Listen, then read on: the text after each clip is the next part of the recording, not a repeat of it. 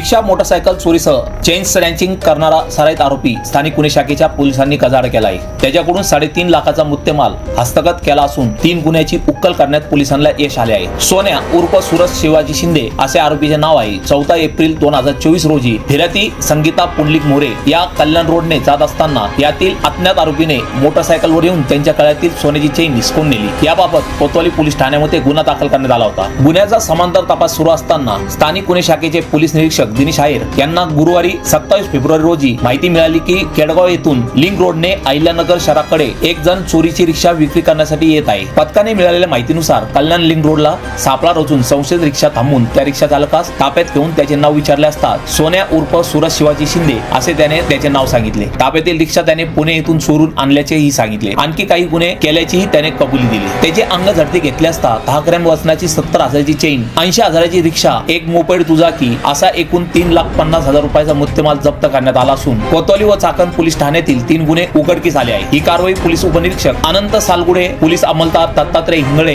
गणेश धोत्रे, शाहिद शेख, रवींद्र फुंगासे, मेघराज कोले, प्रशांत राठोड, आकाश काळे, भाऊसाहेब काळे, अमोल कोतकर, किशोर शिरसाट, बाळासाहेब खेडकर, अमृत आडाव, भगवान थोरात व महादेव भांड यांच्या पथकाने केले आहे। नगर संघर्ष ब्युरो, अहिल्यानगर।